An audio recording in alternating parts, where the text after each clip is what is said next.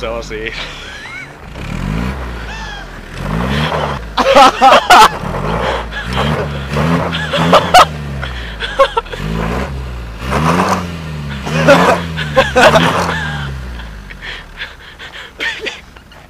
Pitikö teidän mennä työntää?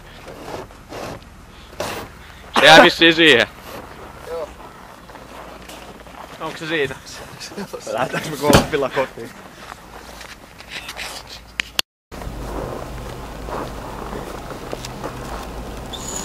Mikä olisi semmonen opetus tästä, mikä auttaisi ymmärtämään sua, että jos tässä yleisesti käytetyssä paikassa, missä on lumet tuolattu johonkin paikkaan, niin sä voisit ymmärtää sen, että siitä ei ole tarkoituskaan ajaa. Että autollahan ajetaan taajamissa vain ajerolla parkkialueella ja tämmöisellä asfaltoidulla alueella, ja sitten jos on jotakin muita paikkoja, missä on parkkipaikkoja erityisesti valleilla tai aidoilla, niin ei siellä pitäisi ajaa. Tosin mä kyllä ihan sellainen varmuudella, mikä tuossa kyllä sitä, mitä tuossa ei ole läpiajoa. Niin, että sitä ei ole läpiajoa, että tässä on aina ajettu.